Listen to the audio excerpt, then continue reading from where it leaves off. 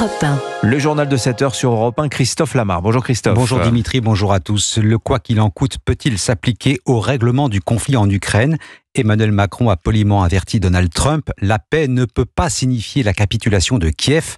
La rencontre entre les deux hommes à Washington et dans le cadre formel de la Maison-Blanche était très attendue par les Européens. À l'arrivée, les positions se sont un peu rapprochées, mais il reste encore du chemin à faire. Alexandre Chauveau. Les deux présidents se montrent optimistes. Les choses avancent rapidement, affirme Donald Trump. Volodymyr Zelensky est ainsi attendu à Washington dans les prochaines semaines pour conclure un accord de paix qui inclurait un marché autour de l'exploitation des minerais ukrainiens. Notre objectif, c'est d'arriver à un cessez-le-feu le plus rapidement possible et à terme d'arriver à une paix permanente. Ma réunion avec le président Macron aujourd'hui représente une autre étape importante de franchie.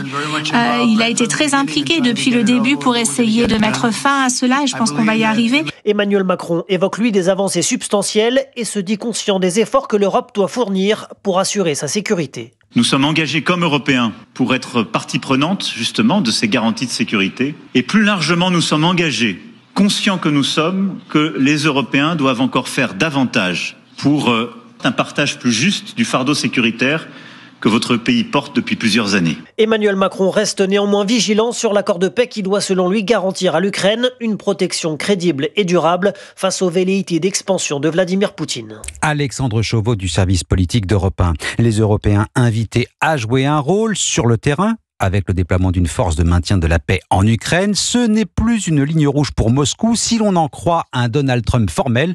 Vladimir va accepter, dit-il. En attendant confirmation, le président russe accepte déjà la présence des Européens autour de la table des discussions. Nous sommes reconnaissants envers tous nos partenaires qui soulèvent ces questions et qui s'efforcent de garantir l'obtention de la paix en Ukraine.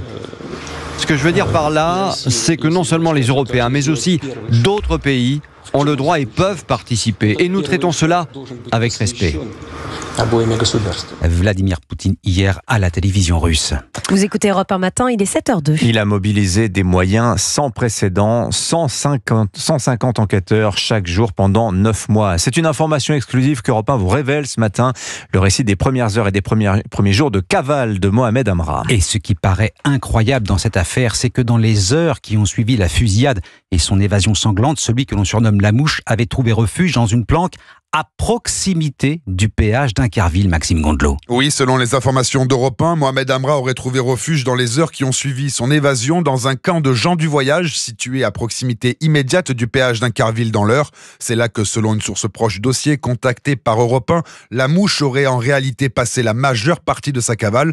Alors pour l'heure, il faut rester prudent. L'hypothèse la plus sérieuse étudiée par les enquêteurs, c'est que Mohamed Amra serait resté caché, sans appareil électronique, sans aucune prise de contact avec son entourage, totalement coupé du monde. C'est pour cette raison qu'il serait resté introuvable. Connu pour son opacité, la communauté des gens du voyage représente pour un fugitif le refuge idéal selon un enquêteur. Il est très rare qu'elle communique des informations à la police, une hypothèse que semble valider la récente capture de Mohamed Amra. Dès lors qu'il s'est remis en mouvement, sa voiture de location a été identifiée par les enquêteurs. Il est rapidement logé dans un appartement sécurisé de Bucarest où des caméras filment ses moindres faits et gestes. Sa reprise de contact avec plusieurs de ses proches par téléphone permettra aux enquêteurs roumains, en lien avec la police française, de l'interpeller en moins de 48 heures. Maxime Gondelot, une évasion sanglante, œuvre d'une organisation criminelle déterminée. C'est la conviction de la procureure de Paris.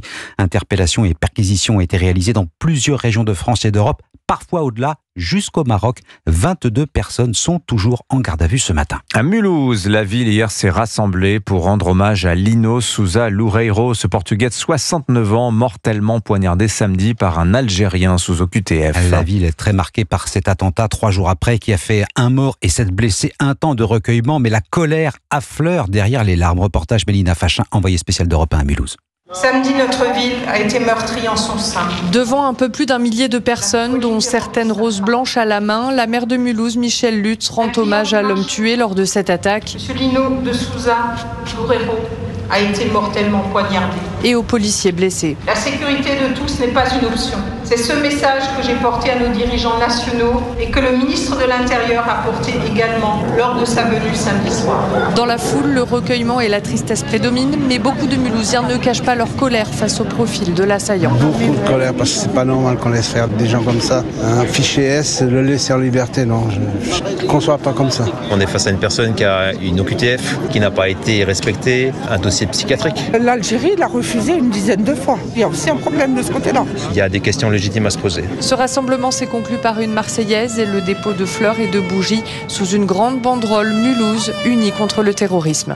Mulhouse, Mélina Fachin, Europe 1. Et direction Brest, le tribunal condamne un influenceur algérien à 18 mois de prison ferme. Zazou Youssef, reconnu coupable de provocation au terrorisme. L'actualité judiciaire dominée par le procès de Joël Le Squarnec, l'ancien chirurgien accusé de viol et agression sexuelle sur 299 patients croisés dans les différents hôpitaux où il a exercé. Première journée d'audience très difficile pour les parties civiles. Sandrine Prioul, envoyée spéciale d'Europe 1 à la Cour criminelle du Morbihan. Une première journée faite de sanglots pour de nombreuses victimes à l'arrivée de Joël Le Squarnec dans le box. Petit homme de 74 ans qui apparaît calme et attentif sous le regard d'Amélie. Elle avait 9 ans lorsqu'il l'a agressée sexuellement avant une opération de l'appendicite. J'étais pas du tout préparée, je pensais que j'allais être dans le combat. Finalement, j'étais plutôt complètement effondrée. Ça a été hyper dur, j'arrivais pas à m'arrêter de pleurer. On attendait tellement cette confrontation, moi j'en avais vraiment besoin. Mais mon corps ne le supporte pas finalement. Nouvelle émotion lorsque la présidente égrène les noms des 300 victimes jusqu'à faire rougir l'accusé. J'ai commis des actes odieux, lâche Le Squarnec.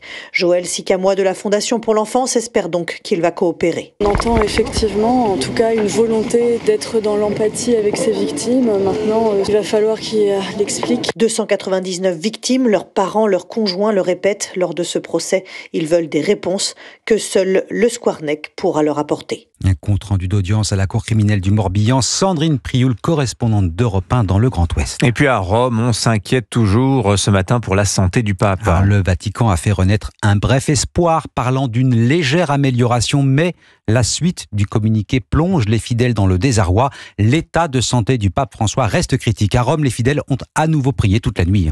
Alors oui, cette prière du chapelet a été présidée par le secrétaire d'État, le cardinal Pietro Parolin, le bras droit du pape François. Sa présence et ses paroles témoignent de la gravité de la situation. Depuis 2000 ans, le peuple chrétien prie pour le pape lorsqu'il est en danger ou malade. Ces jours-ci encore, une prière fervente s'élève vers le Seigneur pour lui. Nous le confions à la puissante intercession de la très sainte Marie. Des centaines de personnes sont venues prier pour le pontife et surtout de très nombreux religieux, comme le père Giulio.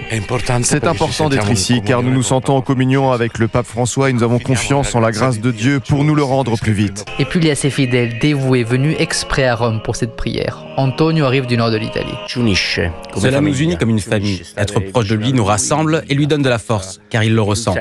Le pape a besoin de prières, non seulement pour sa santé, mais aussi pour ce qu'il représente. D'autres prières sont organisées ces prochains soirs, place Saint-Pierre, mais aussi devant l'hôpital où est soigné le pontife. Antonino Gallofaro, correspondant d'Europe 1 à Rome. Allez, un mot de sport avec du football ce soir. 2 premiers quarts de finale de la Coupe de France, Angers-Reims et Cannes-Guingamp. Coup d'envoi à 21h. Merci Christophe Lamar, c'était votre journal.